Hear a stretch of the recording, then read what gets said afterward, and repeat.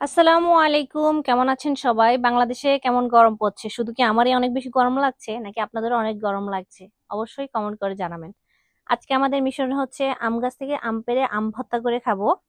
পুকুর পাড়ে অনেক ঠান্ডা থাকে, কিন্তু আজকে অনেক বেশি রোদ, একদমই গাছের পাতা নড়ছে না, অনেক বেশি গরম। দুপুরের পর থেকে একদমই ঠান্ডা হয়ে যায়, কোনো গরম থাকে না, কিন্তু দুপুর পর্যন্ত খুবই যন্ত্রণাদায়ক গরমে। আসলে গরমের দিন গরম তো থাকবেই, এটাই স্বাভাবিক। বাংলাদেশে আসলে সুখ আছে শান্তি নেই, বিদেশে শান্তি আছে সুখ নেই, এরকম একটা অবস্থা। মানুষের আক্ষেপ থাকবেই, নদীর এপারে আসলে মনে হয় ওই পারটা অনেক বেশি ভালো, আবার ওপারে গেলে মনে হয় যেন এই পারটাই সুখে ভরা। এটাই আসলে জীবন।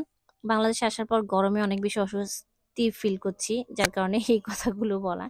আর যাই হোক, আমরা পুকুর ঘাটে একটু ঘুরে দেখছিলাম। এখন যেহেতু মানুষ নেই, খোঁজ খবর রাখার মতো কেউ নেই, পুকুর পাড়টা অনেক বেশি জঙ্গল হয়ে গিয়েছে। তারপরেও আসলে দেখতে ভালো লাগে, একদমই শুনশান পরিবেশ, ঠান্ডা থাকে এই জায়গাটা। বাংলাদেশে আসার পর এখনো পুকুরে গোসল করা হয়নি। আমার সাঙ্গপাঙ্গরা যেহেতু এখনো আসেনি, সাঙ্গপাঙ্গরা আসলে ইনশাল্লাহ গোসল করবো একদিন। অনেক বেশি গরমে অস্থির, পুকুরে গোসল করতে অনেক বেশি মজা লাগবে। আমি পুকুর পাড়টা চারপাশে ঘুরে দেখছিলাম, আর ওইদিকে আম পাড়া হচ্ছে। অনেক বেশি গরম ছিল, যার কারণে বেশিক্ষণ থাকতে পারিনি, আমি চলে গিয়েছি। তো এই তো অনেকগুলো আম হয়ে গিয়েছে, দেখা যাক।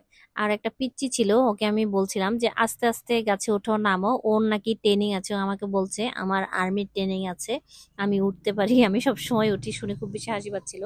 মেয়ে মানুষের টক জিনিস অনেক বেশি পছন্দ, সেক্ষেত্রে আমি একটু উল্টো, আমার এত বেশি টক ভালো লাগে না। আমি আম ভর্তাও খেয়েছি চিনি দিয়ে, এটা শুনে অনেকেই হয়তো বা হাসবে, তো আমার টক এত বেশি পছন্দ না, যার কারণে আমি একটু চিনি দিয়ে মিষ্টি মিষ্টি করে খাই।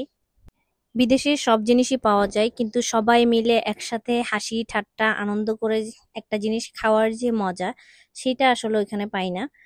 তাই এই জিনিসগুলি অনেক বেশি মিস করি। আম পাড়া শেষ, আমরা চলে যাচ্ছি।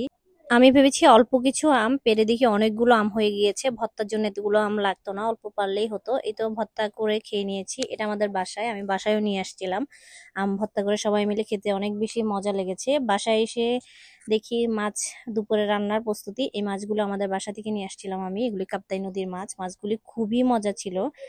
মানুষ শ্বশুরবাড়িতে ভিডিও করতে পারে না, আলহামদুলিল্লাহ সেক্ষেত্রে আমারটা পুরোই উল্টো, আমি অনেক সুন্দর করে ভিডিও করতে পারি, এবং আমার ভাসুর যা সবাই অনেক বেশি সাপোর্ট করে, এটার জন্য দুজনকেই অনেক বেশি ধন্যবাদ। অনেক সুন্দর করে ভিডিও করতে পারি। আসলে আমি আমার অলসতার কারণে ভিডিও করতে পারছি না। আমার মনে হয় সবার সাথে একটু গল্প করলে, সময় কাটালে সেটাই ভালো লাগছে। সময়গুলো তো চলে যাচ্ছে, এগুলো আর ফিরে পাবো না, আবার কবে না কবে আসি। এই তো আমার ভিডিওটা এখানেই শেষ করে দিচ্ছি। সবাই অনেক বেশি ভালো থাকবেন, ভিডিওটি কেমন লাগবে জানাবেন। আল্লাহ হাফেজ।